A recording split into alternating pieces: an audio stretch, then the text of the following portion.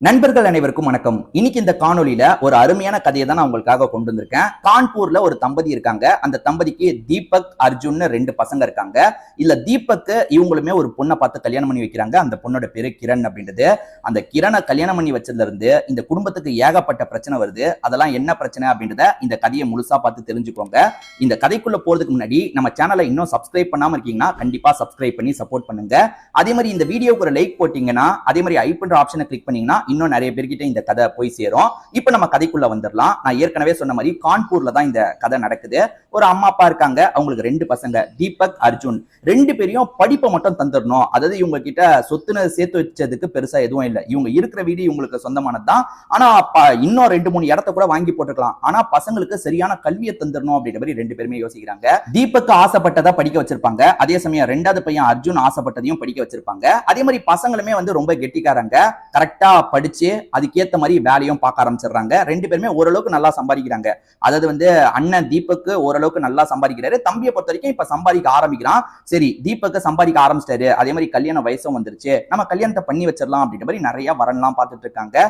இல்ல இது செட் ஆகல, இது செட் ஆகலன்னு தள்ளி போட்டுக்கிட்டே இருக்காங்க.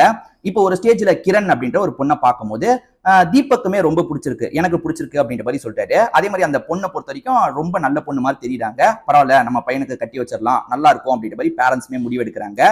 பையனுமே பிடிச்சிருக்குன்ற மாதிரி சொல்றாரு பாத்தீங்களா. இப்ப அந்த வீட்டுல பேசும்போது அவங்களுமே ஓகேன்ற மாதிரி இறங்கி வராங்க. 2 பேருக்கும் கல்யாணத்தை பிக்ஸ் பண்ணி முடிச்சிடுறாங்க. இதுதான் இந்த பேரண்ட்ஸ் பண்ண பெரிய பிரச்சனை அப்படின்றது போக போகதான் உங்களுக்கு தெரிய வருது. கிரணை பொறுத்த வரைக்கும் இப்ப புகுந்த வீட்டுக்கு வந்துடுறாங்க பாத்தீங்களா. வந்தவங்க கொஞ்சம் கொஞ்சமா அந்த குடும்பத்தோட கண்ட்ரோல அவங்க கைக்கு எடுக்கிறாங்க. அதுவும் யாருக்குமே தெரியாத மாதிரி எடுக்கிறாங்க. அதுதான் அந்த பொண்ணோட சாமர்த்தியமா இருக்கு. அந்த கிரண் இருக்காங்கல்ல, அன்பாலேயே எல்லாரையும் கண்ட்ரோல் பண்றாங்க. இப்போ உதாரணத்துக்கு மாமியார் தான் பொதுவா எல்லா வீட்டுக்கு வந்ததுக்கு அப்புறமா மருமகளை டார்ச்சர் பண்ணுவாங்க, நிறைய வேலை எல்லாம் வாங்குவாங்கல்ல. இங்க அப்படியே உல்டாவா நடக்குது. கிரண் தான் நைஸா மாமியார் கிட்ட இருந்து நிறைய வேலையை வாங்குறாங்க. அத்த இதை மட்டும் செஞ்சிடறீங்களா, இதை மட்டும் செஞ்சிடறீங்களான்னு ஒரு மாதிரி அன்பா பேசியே அந்த வேலையெல்லாம் வாங்குறாங்க. மாமியாருக்கு அதெல்லாம் பெருசா தெரிய மாட்டேங்குது. சரி, மருமக இதை சொல்றா செய்யலான்ற மாதிரி செஞ்சுட்டு இருக்காங்க. ஆனா போக போக இவங்க அந்த வீட்டுல டாமினேட் பண்ண ஆரம்பிக்கிறாங்க. அதே மாதிரி ஹஸ்பண்ட ஃபுல் கண்ட்ரோலுக்கு கொண்டு வந்துடுறாங்க. யாரு, நம்ம தீபக்க ஃபுல் கண்ட்ரோல்ல கொண்டு வந்துருவாங்க.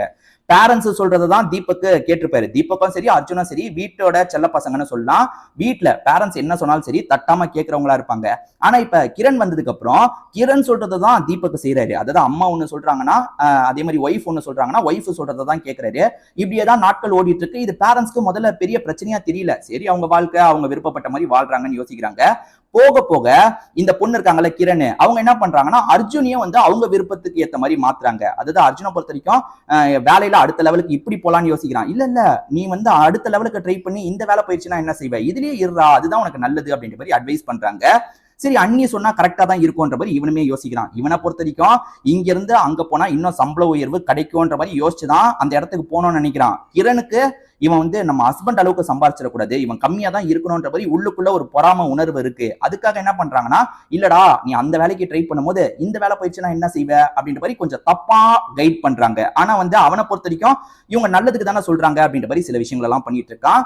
மாமியாருக்கு போக போக தெரிய ஆரம்பிக்குது, இவ நம்ம கிட்ட நல்ல விதமா பேசுறா, ஆனா நம்மள எல்லா வேலையும் பண்ண வைக்கிறா, இது கொஞ்சம் கூட சரியில்லை அப்படின்ற மாதிரி மாமியாருக்கு டவுட் வருது. மாமனார் அதாவது அப்பா அவங்களோட ஹஸ்பண்ட் கிட்ட இந்த விஷயத்தை ஷேர் பண்றாங்க.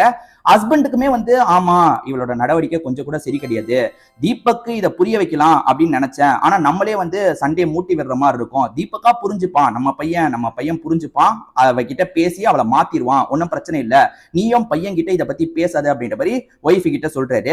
இவங்க 2 பேருக்கு அவங்க என்ன மாதிரி நடந்துக்கிறாங்க அப்படின்றதெல்லாம் தெரிஞ்சிருது. ஆனா தம்பி அர்ஜுனுக்கு அதெல்லாம் தெரிய மாட்டேங்குது. அண்ணி என்ன சொன்னாலும் கேட்டுட்டு இருக்கான். அண்ணி என்ன பண்றாங்கன்னா இவன் மூலியமாவே நிறைய வேலையை வாங்கிக்கிறாங்க. அதே மாதிரி லைஃப்ல இவன் அடுத்த லெவலுக்கு போக கூடாதுன்ற மாதிரி சில காய் நகரத்தெல்லாம் பண்ணிட்டு இருக்காங்க. ஹஸ்பண்டுக்கு தெளிவாவே தெரியுது. ஏன்னா ஹஸ்பண்ட் கிட்ட இவங்க நினைக்கிற எல்லாத்தையும் சொல்லிடுறாங்க.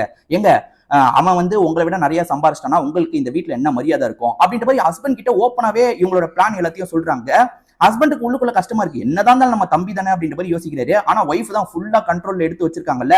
ஏன்னா ஒய்ஃபை பொறுத்த வரைக்கும் இவரோட அடுத்தடுத்த பிசினஸுக்காக அவங்க வீட்டுல இருந்து நிறைய காசை கொண்டு வந்திருப்பாங்க. அதே மாதிரி போட்டுட்டு வந்தாங்கல்ல, அந்த நகையெல்லாம் இவருக்காக தந்துட்டு இருப்பாங்க. அதனால ஒய்ஃபை எதிர்த்து அந்த அண்ணன் தீபக்காலையும் எதுவுமே பண்ண முடியல. ஒய்ஃப் சொல்ற மாதிரியே அவரும் நடந்துட்டு இருக்காரு. இப்படியே தான் போயிட்டு இருக்கு. இப்ப வீட்டுல இருக்க அர்ஜுனுக்குமே கல்யாண வயசு வந்துருது. பேரண்ட்ஸ் இருக்காங்கல்ல, 2வது பையனுக்கும் ஒரு பொண்ணை பார்த்து கல்யாணம் பண்ணி வைக்கணும்ன்ற மாதிரி யோசிக்கிறாங்க. இன்னமும் இவங்க எல்லாருமே சேர்ந்து தான் வாழ்ந்துட்டு இருக்காங்க. இப்ப பேரண்ட்ஸ் என்ன நினைக்கிறாங்கன்னா, யோசிக்கிறாங்கன்னா அர்ஜுனுக்கு ஒரு கல்யாணத்தை பண்ணிட்டா நம்மளோட கடமை முடிஞ்சிரும் அப்படின்ற மாதிரி யோசிக்கிறாங்க. இப்ப திரும்பி பொண்ணுங்களெல்லாம் பார்க்க ஆரம்பிக்கிறாங்க. அப்படி பாக்குறதுல மீரான்ற ஒரு பொண்ணை உங்களுக்கு ரொம்பவே பிடிச்சிருக்கு. ஏன்னா அந்த பொண்ணோட குடும்பம் கொஞ்சம் ஏழ்மையான குடும்பம் தான். ஆனா பொண்ணு ரொம்ப நல்ல டைப்பா தெரியுதா. எல்லாருமே அந்த பொண்ணை பத்தி நல்ல விதமா சொல்றாங்க. அர்ஜுன் கிட்ட சொல்லும் போது அர்ஜுனுக்குமே பணம் காசுலாம் ரொம்ப முக்கியம் கிடையாது. ஏன்னா கிரண் சம்பந்தம் இருக்கு பாத்தீங்களா, கொஞ்சம் பெரிய இடத்து சம்பந்தமா இருக்கும். ஆனா மீராவை பொறுத்த வரைக்கும் சாதாரண ஆளா இருப்பாங்க. அது அவருக்கு பிரச்சனையாவே தெரியல. எனக்கு மீராவை பிடிச்சிருக்கு, நான் கல்யாணம் பண்ணிக்கிறேன் அப்படின்ற மாதிரி அர்ஜுன் ஏத்துக்கிறாரு. சோ நல்லபடியா கல்யாணம் முடியுது. கிரணை பொறுத்த வரைக்கும் சந்தோஷமா இருக்காங்க. பரவாயில்ல, ரெண்டாவதா வரவ சாதாரண இடத்தை சேர்ந்தவ, அவளை நம்ம ஆட்டி படைச்சிடலாம் அப்படின்ற மாதிரி கணக்கெல்லாம் போட்டுட்டு இருக்காங்க. இப்ப கல்யாணம் முடிஞ்சு எல்லாருமே ஒரே வீட்டுல சேர்ந்து இருக்காங்க. ஆக்சுவலா பேரண்ட்ஸ் பேர்ல தான் இன்னமும் அந்த வீடு இருக்கு. நம்ம போனதுக்கு அப்புறம் பசங்க கிட்ட, அதாவது போற டைம்ல பசங்களுக்கு பிரிச்சு தந்துடலான்ற மாதிரி கணக்கு வச்சிருக்காங்க. இப்ப எல்லாருமே ஒரே வீட்டுல சேர்ந்து இருக்காங்க. இந்த கிரணை பொறுத்த வரைக்கும் என்ன கணக்குனா, மாமியார் கிட்ட இருந்து, அதாவது மாமனார் மாமியார் கிட்ட இருந்து இந்த இடத்தை எப்படியாவது நமக்கு வாங்கிடணும் அப்படின்ற மாதிரி கணக்கு பண்றாங்க. இப்ப மீரான்ற ஒரு புது பொண்ணை வந்துட்டாங்கல்ல, அந்த மீரான்ற பொண்ணை பயங்கரமா டாமினேட் பண்றாங்க. ஏற்கனவே இவங்க பண்றதுதான், அதாவது அன்பா பேசி டாமினேட் பண்ணுவாங்கல்ல, அந்த மாதிரி பண்ணிட்டு இருக்காங்க. அதே மாதிரி மீரா இதெல்லாம் கொஞ்சம் புரிஞ்சுக்கிறாங்க. இவங்க சரி கிடையாது, இவங்க ஆக்டிவிட்டி சரி கிடையாதுன்ற மாதிரி ஹஸ்பண்ட் கிட்ட அப்பப்ப சொல்றாங்க. ஆனா ஹஸ்பண்ட் இவங்க சொல்றதை கேட்க மாட்டாரு. ஹஸ்பண்ட் புடிச்சுதான் மீராவை கல்யாணம் பண்ணாரு. ஆனா அன்னைக்கு எதிராக ஏதோ சொன்னோன்னு இவர் கோவப்படுறாரு. அவங்கள பத்தி உனக்கு என்ன தெரியும், அவங்க இந்த வீட்டோட வளர்ச்சிக்காக தான் நிறைய விஷயங்களை பண்றாங்க, நீ பேசாம இருன்ற மாதிரி ஒய்ஃபை கண்ட்ரோல் பண்ணிக்கிட்டே இருக்காரு. போக போக, அதாவது வாழ்க்கையில முடிவை துணைவியை கேட்டு தானே எடுப்பாங்க. ஆனா இவர் சில முடிவெல்லாம் கிரணை கேட்டு எடுக்கிறாரு. அந்த முடிவு தப்பான முடிவா இருக்கிறத ஒய்ஃப் கவனிக்கிறாங்க. அதாவது ஷேர்ல இன்வெஸ்ட் பண்றது, இந்த மாதிரியான விஷயத்துல கூட கிரண் கிட்ட நிறைய கேட்கிறாரு. கிரண் இவரை தப்பான டைரக்ஷன்லயே கைட் பண்ணிட்டு இருக்காங்க. இது அவருக்கு புரியவும் மாட்டேங்குது. மனைவிக்கு புரியுது, மீராக்கு புரியுது, இல்லங்க இது தப்பான டைரக்ஷனா இருக்கு, இது வேணான்ட்டு. உனக்கு என்ன தெரியும், அவங்க படிச்சிருக்காங்க, நீ அவங்க அளவுக்கு படிச்சிருக்கியா, அவங்களுக்கு தெரியுமா உனக்கு தெரியுமா அப்படின்ற மாதிரி பயங்கரமா கோவப்படுறாரு.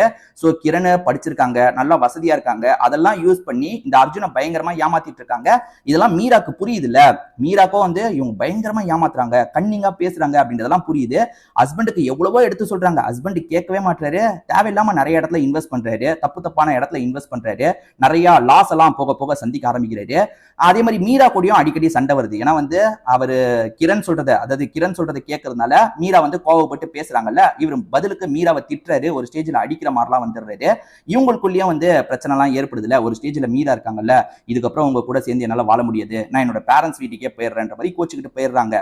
இதுக்கு நடுவுல இவரோட பேரண்ட்ஸ் யாரு, இந்த அர்ஜுனோட பேரண்ட்ஸ் இருக்காங்கல்ல, மருமக கிட்ட பேசி இருக்க வைக்கலாம் ட்ரை பண்றாங்க. மீராவை பொறுத்த வரைக்கும் மாமனார் மாமியார் கிட்ட எந்த ஒரு பிரச்சனையும் கிடையாது, அவங்க கிட்ட அன்பா தான் இருக்காங்க. ஆனா அர்ஜுன் கிட்ட நிறைய பிரச்சனை வந்துருச்சுல, இதுக்கப்புறம் என்னால இருக்க முடியாதுன்ற மாதிரி கிளம்பிடுறாங்க. அதுக்கப்புறம் தான் இவங்க குடும்பம் கொஞ்சம் கொஞ்சமா நிறைய டவுன் எல்லாம் சந்திக்கிறாங்க. அது என்னன்னா, அந்த கிரணை பொறுத்த வரைக்கும் ஹஸ்பண்ட வீட்டுக்கு நீங்க காசு பெருசா தராதீங்க, நம்ம சேவிங்ஸுக்கு தேவையில்லையான்ற மாதிரி மாத்தி வச்சிடறாங்க. யாரு, தீபக்க ஃபுல்லா கண்ட்ரோல்ல எடுத்துறதுனால தீபக்கு வீட்டுக்கு பெருசா காசு தர மாட்டாரு, அர்ஜுன் தான் வீட்டுக்கு செலவு பண்ணுன்ற ஒரு நிலைமை வந்துருது. அர்ஜுனை பொறுத்த வரைக்கும் ஏகப்பட்ட இடத்துல சிக்கி இருக்காருல, கிரண் சொல்லி தான் சிக்கி இருப்பாரு. இப்பதான் கிரணை பத்தி இவருக்கு புரிய ஆரம்பிக்குது, நல்லா நம்மள சிக்க வச்சிட்டாங்களே அப்படின்ற மாதிரி யோசிக்கிறாரு. மீரா எவ்வளவோ சொன்னா, நம்ம காது கொடுத்து கேட்கலன்ற மாதிரி கஷ்டமும் படுறாரு. இப்ப இவர் தான் குடும்பத்துக்கான செலவு எல்லாத்தையும் பாத்துக்கணும்.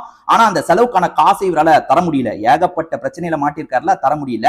சோ இந்த பிரச்சனையெல்லாம் நம்ம கிளியர் பண்ணோம்னா வெளிநாட்டுக்கு போய் வேலை பார்த்தா தான் முடியும்ன்றது தெரிஞ்சிருது. வெளிநாட்டுல இருந்து இவர் ஃப்ரெண்டு மூலியமா ஒரு ஆஃபர் வருது. இவருமே பேரண்ட்ஸ் கிட்ட சொல்றாரு, நான் வெளிநாட்டுக்கு போயிட்டு வந்துடுறேன், என்னோட பிரச்சனை எல்லாத்தையும் சால்வ் பண்ணிடுறேன், அதே மாதிரி இதுக்கப்புறம் உங்களை நான் பாத்துக்கிறேன், நீங்க இதுக்கப்புறம் அண்ணனை எதிர்பார்க்க தேவையில்ல, அண்ணன் அண்ணி அவங்க இருக்கட்டும், நான் உங்களை பாத்துக்கிறேன் அப்படின்ற மாதிரி பேரண்ட்ஸ் கிட்ட சொல்றாரு. பையனை பிரியறதுக்கு இவங்களுக்கும் கஷ்டமா இருக்கு. கூடிய 2 பசங்களையும் வளர்த்தாங்க. இப்போ ஒரு பையன் என்னடானா ஒய்ஃப் பேச்சை கேட்டு இவங்களை கண்டுக்கவே மாட்டான். இன்னொன்று பையன் வெளிநாட்டுக்கு போக போறேன்னு சொல்றான்ல, அதுவும் 2 வருஷம் என்னால பெருசா உங்களை கான்டாக்ட் பண்ண முடியுமான்னு கூட தெரியல, அந்த மாதிரி ஒரு பகுதிக்கு தான் போறேன்ற மாதிரிலாம் சொல்றான். இவங்களுக்கு ரொம்ப கஷ்டமா இருக்கு. இவங்களுமே ரொம்ப வருத்தப்பட்டுக்கிட்டே தான் அனுப்பி வச்சிடுறாங்க. சோ இப்ப வெளிநாட்டுக்கு வந்த இவன் இருக்கான் பாத்தீங்களா, அர்ஜுன், பயங்கரமா வேலை பார்க்கறான், சின்சியரா வேலை பார்க்கறான். இவன் நினைச்ச மாதிரியே கான்டாக்ட் பண்றதெல்லாம் அவனால முடிய மாட்டேங்குது, நிறைய டெக்னிக்கல் ப்ராப்ளம்லாம் இருக்கு, கான்டாக்ட்லாம் பண்ண முடியல. சோ அங்க இருந்து சின்சியரா இவனோட வேலையை பார்த்துட்டு இருக்கான். அடிக்கடி இவன் மீரா கூட சேர்ந்து எடுத்திருப்பான் பாத்தீங்களா நிறைய போட்டோஸ், அதெல்லாம் பாக்குறான். ஏன்னா இவன் பயங்கரமா மீராவை மிஸ் பண்றான். மீரா நமக்கு சரியா தான் சொன்னா, ஆனா நம்ம மீராவை ரொம்ப அசிங்கப்படுத்துற மாதிரிலாம் பேசிட்டோம், நம்ம பண்ணது தப்புன்றதெல்லாம் இவனுக்கு புரிய ஆரம்பிக்குது. இதே சமயம் இங்க கிரணோட அட்ராசிட்டி நாளுக்கு நாள் அதிகமாயிருது. கிரண் இது வரைக்கும் மறைமுகமா தானே எல்லாத்தையும் பண்ணாங்க, இப்ப நேரடியாவே நிறைய விஷயங்களை பண்றாங்க. உங்களை கவனிச்சுக்கிறது கஷ்டமா இருக்கு அப்படி இப்படின்ற மாதிரி மாமனார் மாமியாரா அசிங்கப்படுத்துற மாதிரி நிறைய பேசிட்டு இருக்காங்க. அதே சமயம் மிரட்டி ஏமாத்தி அவங்க 2 பேர்கிட்ட இருந்தும் பத்திரத்துல சைனை வாங்கிடுறாங்க. அதாவது இந்த வீடு இதுக்கப்புறம் 2 பேருக்கும் பிரிஞ்சுலாம் போக போறது இல்ல, என் ஹஸ்பண்ட் எனக்கு தான் வரணும்ன்ற மாதிரி எழுதி வாங்கிடுறாங்க. என்னடா இது எழுதி வாங்கிட்டா, ஏன்னா ஒரு மாதிரி ட்ரிக்கா யூஸ் பண்ணி தான் எழுதி வாங்கியிருப்பாங்க. இப்ப அதெல்லாம் வாங்கினதுக்கு அப்புறம் இன்னமும் அவங்களோட அட்ராசிட்டி ரொம்ப மோசமா போகுது. என்னன்னா வந்து எப்ப பாரு இவங்களை அசிங்கப்படுத்துற மாதிரி பேசுறது, தண்ட சோறு தின்னுகிட்டே இருப்பீங்களா, உங்களுக்கு எல்லாத்தையும் நான் தான் எடுத்து தரணுமா அப்படின்ற மாதிரிலாம் பேசுறாங்க. இவங்க 2 பேருக்கு ரொம்ப கஷ்டமா இருக்கு. இவங்களுக்கும் மாற்று இடம் எங்க போறதுன்னு தெரியல. சொந்தக்காரங்க வீட்டுக்கு போனா என்ன ஏதுன்னு கேட்பாங்கல்ல, அதனால அங்க போறதுக்கும் இவங்களுக்கு மனசு வர மாட்டேங்குது. ஒரு ஸ்டேஜ்ல ஹஸ்பண்ட் இருக்கார்ல, நம்ம எங்கேயாவது போயிடலாம் வான்ற மாதிரி ஒய்ஃபை கூப்பிடுறாரு. இவங்களுமே கிடைக்கிற சின்ன சின்ன வேலையெல்லாம் பார்த்துட்டு இருக்காங்க. கிரண் தான் இப்படி பண்றாங்க, பையன் நம்மளை தேடி வந்துருவான், அதாவது தீபக் நம்மளை தேடி வந்துருவான்ற ஒரு நம்பிக்கையில தான் இவங்க வீட்டை விட்டு வெளியேறி இருப்பாங்க. வெளியே வந்து 1 வாரம் ஆகுது, ஆனா தீபக் இவங்களை தேடவே மாட்டான். இவங்களுமே கிடைக்கிற சின்ன சின்ன வேலையெல்லாம் பாக்குறாங்க. ஆனா போக போக இவங்களோட வயசு காரணமா வேலையும் இவங்களால பார்க்க முடியல. போக போக ரோட்ல இருக்கவங்க கிட்ட காசு எல்லாம் கேட்க ஆரம்பிக்கிறாங்க. அதாவது ஏறக்குறைய பிச்சை எடுக்கிற நிலைமைக்கு போயிடுறாங்க. ரயில்வே ஸ்டேஷன்ல உட்காந்து எல்லாம் பிச்சை எடுக்க ஆரம்பிக்கிறாங்க. அர்ஜுனை பொறுத்த வரைக்கும் பேரண்ட்ஸ் என்ன இப்ப நல்லா தான் இருப்பாங்க, ஒன்னும் பிரச்சனை இல்ல, நம்ம ப்ராப்ளத்தெல்லாம் சால்வ் பண்ணிட்டு அதுக்கப்புறம் பேரண்ட்ஸை நல்ல விதமா பாத்துக்கலாம் அப்படின்ற மாதிரிலாம் யோசிச்சுட்டு இருக்காரு. ஆனா பேரண்ட்ஸ் இங்க என்ன பண்றாங்கன்னா பிச்சை எடுத்துட்டு இருக்காங்க. ஒரு நாள் மீரா இருக்காங்க பாத்தீங்களா, எதர்ச்சியா மாமனார் மாமியாரை கவனிக்கிறாங்க. பார்த்தவங்க ஷாக் ஆயிடுறாங்க, என்னடா இப்படி உட்காந்துட்டு இருக்காங்கன்னு கேட்கும் போது அவங்க நடந்த எல்லா விஷயத்தையும் சொல்றாங்க. நீங்க எதுக்காக இங்க உட்காந்துட்டு இருக்கீங்க, ஏன் கூட வாங்க அப்படின்ற மாதிரி அவங்களோட இடத்துக்கு கூட்டு போறாங்க. அவங்கள பொறுத்த வரைக்கும் இப்ப தனியா, அதாவது பேரண்ட்ஸ்க்கு பக்கத்துலயே ஒரு வீடு எடுத்து தங்கிட்டு இருக்காங்க போல, நீங்க இங்க இருங்கன்ற மாதிரி அவங்க கூடயே இருக்க வைக்கிறாங்க. இப்ப மீரா ஒரு வேலை பார்த்துட்டு இருக்காங்க. பெரிய லெவல் சம்பளம் இல்ல, ஓரளவுக்கு சம்பளம் தான். ஆனா அந்த சம்பளத்தை வச்சு கண்டிப்பா மாமனார் மாமியாரை நம்ம பாத்துக்க முடியும்ன்ற மாதிரி நல்லபடியா பாத்துக்கிறாங்க. மாமனார் மாமியாருக்கு ரொம்ப கஷ்டமா இருக்கு. நம்ம அவளையும் நம்ம தான் பார்த்து கல்யாணம் பண்ணி வச்சோம், இவளையும் நம்ம தான் பார்த்து கல்யாணம் பண்ணி வச்சோம், அவ விஷயத்துல தப்பு பண்ணிட்டுமே அப்படின்ற மாதிரிலாம் ரொம்ப ஃபீல் பண்ணிட்டு இருக்காங்க. இந்த மருமகளை இவங்களுக்கு ரொம்பவே பிடிக்க ஆரம்பிச்சிருது. அர்ஜுனை பொறுத்த வரைக்கும் ஃபுல்லா வேலை பார்க்கறாரு, பேரண்ட்ஸை கான்டாக்டே பண்ண முடியல, பேரண்ட்ஸோட நிலவரம்லாம் தெரியல. இன்னும் நீங்க வந்து மேற்கொண்டு கண்டினியூ பண்ணுங்க, இன்னும் நிறைய காசு கிடைக்கும்ன்ற மாதிரி அந்த ஃபாரின்ல சொல்றாங்க. ஏன்னா வந்து 2 வருஷம் இருந்துட்டீங்க, இன்னும் 2-3 வருஷம் இருங்க, நிறைய சம்பாதிச்சுட்டு போங்கன்ற மாதிரி சொல்றாங்க. இல்ல இதுக்கு மேல என்னால இருக்க முடியாது, தயவு செஞ்சு என்ன அனுப்பி விடுங்க அப்படின்ற மாதிரிலாம் ரொம்ப கேட்கிறாரு. சரி ஓகேன்ற மாதிரி அவங்களுமே அனுப்புறதுக்கான எல்லா ஏற்பாடையும் பண்ணிடுறாங்க. இப்போ ஒரு வழியா அர்ஜுன் இருக்கான்ல, இந்த கான்பூருக்கு வந்து சேர்ந்துடுறான். இவனோட வீட்டுக்கு தானே இவன் வருவான். அந்த வீட்டுக்கு வரும்போது இப்ப அண்ணன் அண்ணியாவது சேர்ந்து இருக்கணும்ல. பிரச்சனை என்னன்னு பாத்தீங்கன்னா அந்த வீடை வித்துட்டாங்கன்னு தெரிய வருது. 2-3 மாசத்துக்கு முன்னாடி தான் வித்துட்டாங்கன்னு தெரிய வருது. பேரண்ட்ஸ் தானே எழுத முடியும், அண்ணன் அண்ணி எப்படி எழுதி கொடுத்தாங்க அப்படின்ற மாதிரி இவனுக்கு யோசனையா இருக்கு. இவனுமே குழப்பத்துல இருக்கான். பேரண்ட்ஸ் எங்க ஏதுன்னு விசாரிக்கும் போது ஒரு ஸ்டேஜ்ல கண்டுபிடிக்கிறான், மீரா கூட சேர்ந்து தான் பேரண்ட்ஸ் இருக்காங்கன்ட்டு. இவனுமே பேரண்ட்ஸை பார்க்கறதுக்காக மீராவோட வீட்டுக்கு வரான். பேரண்ட்ஸுமே நடந்த எல்லா விஷயத்தையும் சொல்றாங்க, இந்த மாதிரி ஏமாத்தி புடுங்கிட்டாங்க அப்படின்ற மாதிரிலாம் சொல்றாங்க. சரி ஏமாத்தி புடுங்கிட்டாங்கன்னா அவங்க அந்த இடத்துல இருக்கணும்ல, அவங்களுமே இடத்த வித்துட்டாங்களே, அவங்களுக்கு என்ன பிரச்சனை அப்படின்ற மாதிரிலாம் யோசிக்கிறான். பெருசா இவன் கண்டுக்கல. சரி பேரண்ட்ஸே இப்படி அண்ணன் பண்ணிட்டாரு, அண்ணியும் பண்ணிட்டாங்க, இதுக்கப்புறம் அவங்க எப்படி போனா நமக்கு என்னன்ற மாதிரி யோசிக்க ஆரம்பிச்சிடறான்.